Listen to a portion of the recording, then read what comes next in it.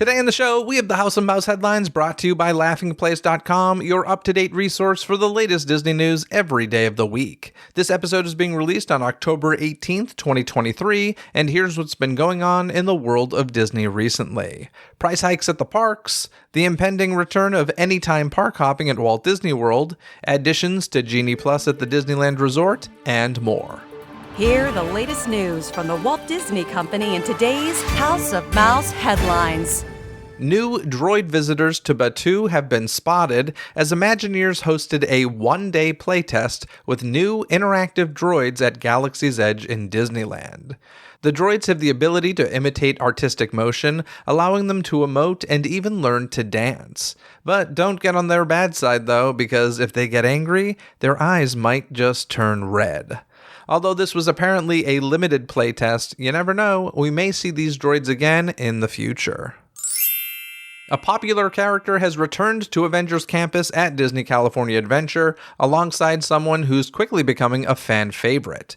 Recently, Loki and OB were seen strolling the area and greeting guests. The duo are equipped with a TVA handbook as they do some fieldwork on this timeline. Speaking of timelines, however, Disney says Loki and OB will only be greeting for a limited period, so be sure to visit them before time runs out. The Disneyland Resort is once again updating its Disney Genie Plus service. Starting next month, The Little Mermaid Ariel's Undersea Adventure will join the lineup of attractions that guests can book with Genie Plus. Notably, this will be the first time the attraction has ever had any kind of Fast Pass or Lightning Lane access. Meanwhile, the resort says that Mickey and Minnie's Runaway Railway will soon move from being an individual Lightning Lane selection to being part of Genie Plus.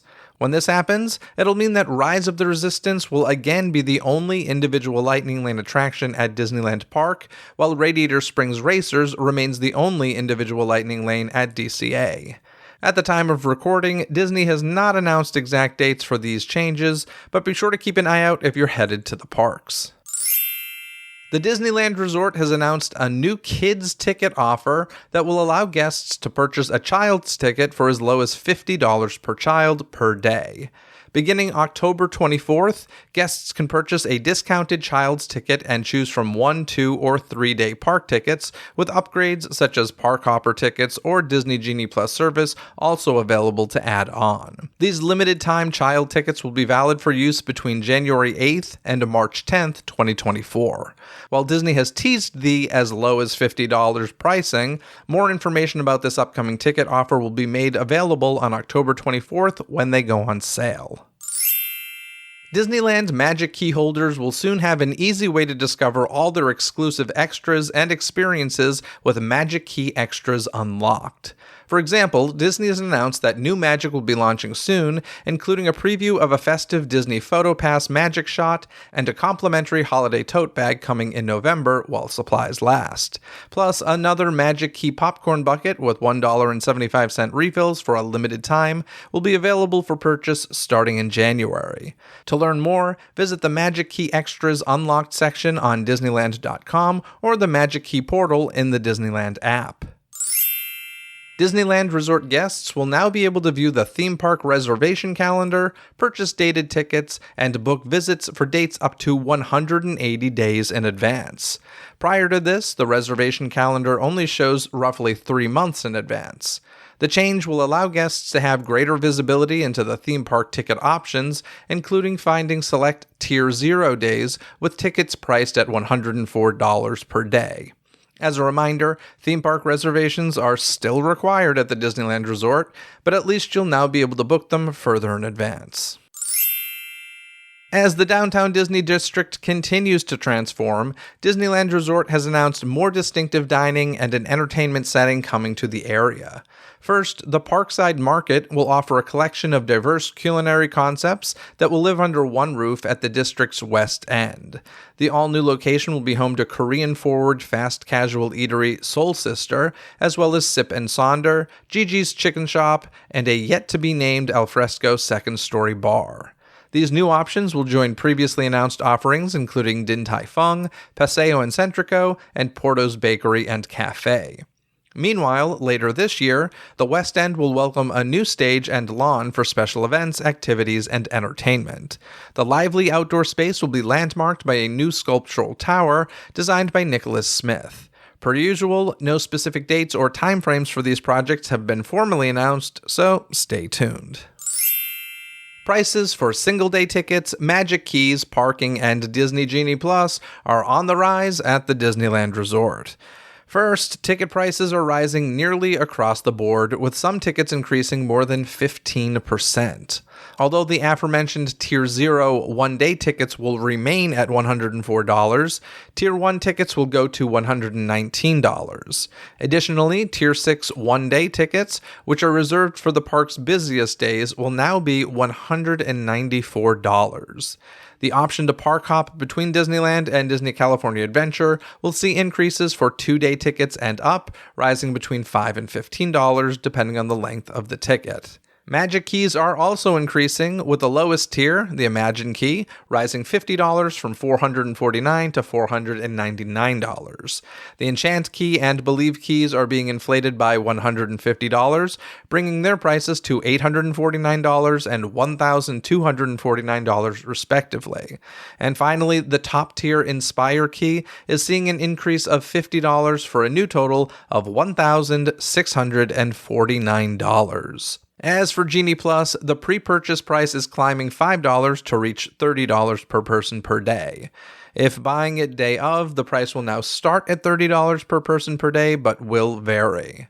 Finally, theme park parking prices are going up $5 across the board, meaning that regular automobile parking will increase from $30 to $35.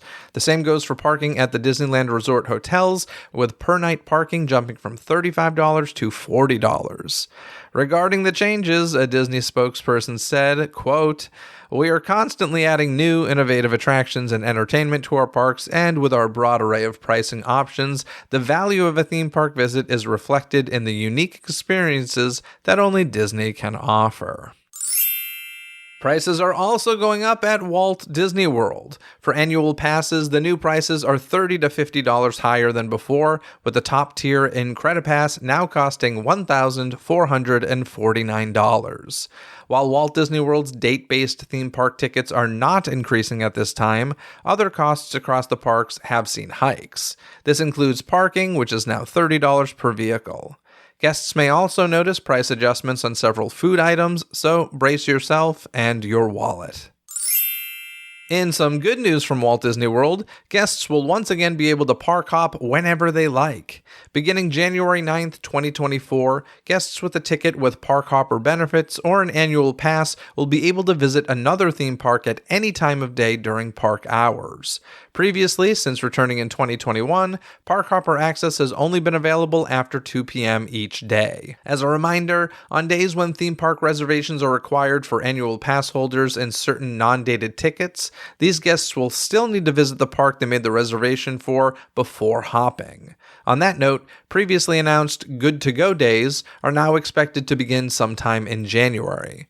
With Good to Go days, the theme park reservation calendar will be updated periodically and will show pass holders select days when they may visit a Walt Disney World theme park without needing a theme park reservation. All in all, while things aren't exactly back to where they were pre-pandemic, we are getting a bit closer. Walt Disney World has announced a special package offer for families looking to save on a spring vacation. Starting on November 14th, guests will be able to book a package where child's theme park tickets and dining plans will be half off. This offer is valid with the purchase of a non-discounted 4-night, 4-day Walt Disney Travel Company package for you and your children that includes a room at a select Disney Resort hotel, theme park tickets, and a dining plan. Also, the offer is valid for stays most nights March 3rd through June 30th, 2024. Once again, more details are expected to arrive when the offer goes on sale November 14th. Disneyland Paris has begun rolling out a plan to further protect guests from weather conditions. Recently, the park opened Pizzeria Bellinote's new themed area that extended the restaurant's covered seating capacity.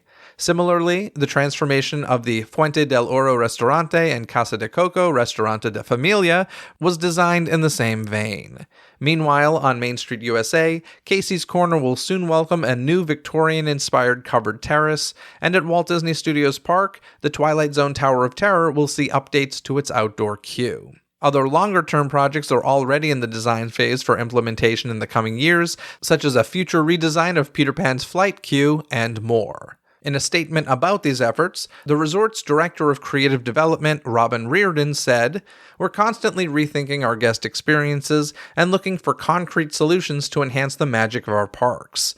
This is the whole mission of our Imagineers within the design and show quality team, and this investment program combining storytelling, immersion, and comfort perfectly reflects our commitments." Disneyland Paris will be adding 2 new scenes to their version of Storybook Land in honor of the attraction's 30th anniversary next year. First, the Land of Arendelle will be joining the attraction. Imagineers are closely working with Disneyland Paris Central Shops to create a detailed model of the majestic North Mountain covered in a thick white blanket of snow and Elsa's iconic ice palace at the peak.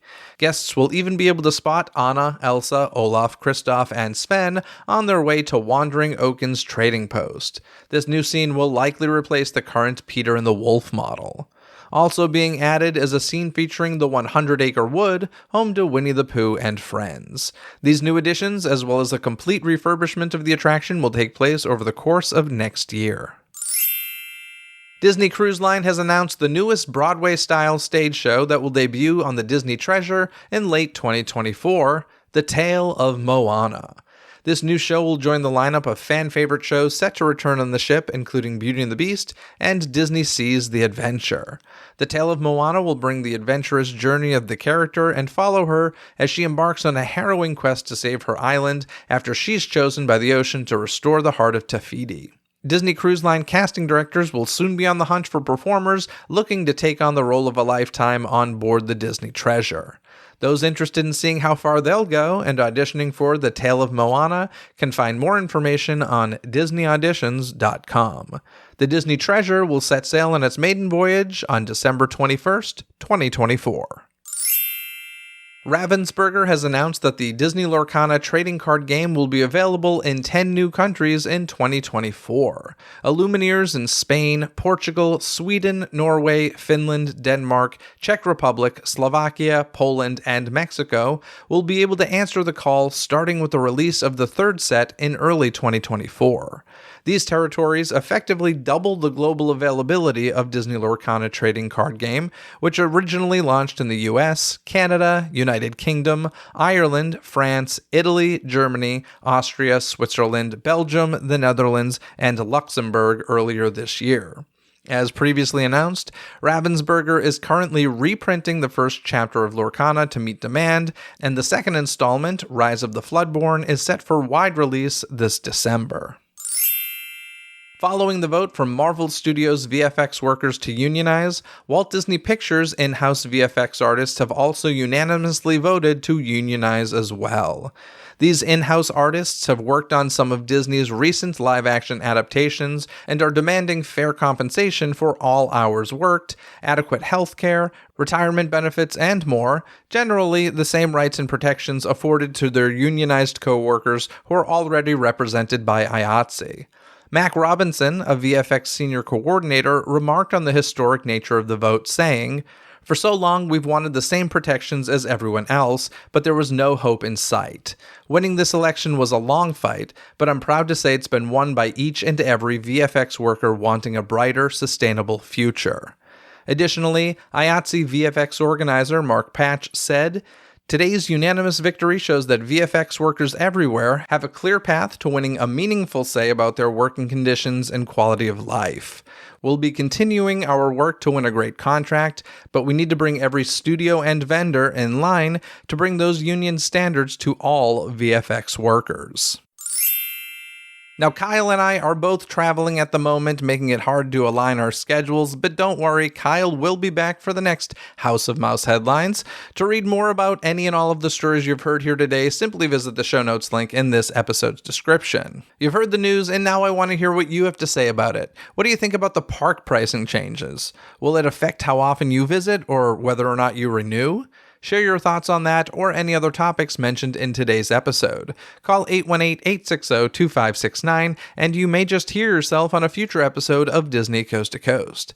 Thanks for tuning into this episode. Don't miss any future episodes by subscribing and following Disney with a Z, Coast to Coast on your favorite podcast app where episodes are available 24/7. If you're a longtime listener of the show, thank you. And if you have the means, consider supporting the show over on Patreon. By joining Disney Coast to Coast's Patreon membership, you'll gain access to extra bonuses, including livestream Ask Me Anythings, unreleased episodes, and more bonus content.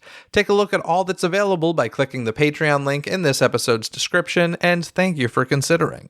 Until next time, anything you need can be found in this episode's description. From additional information and links discussed in this episode found in the show notes, contact info to reach me, access to this show's official website, some free gifts from me to you, and so much more. So be sure to check out this episode's description. Other than that, folks, have a magical day.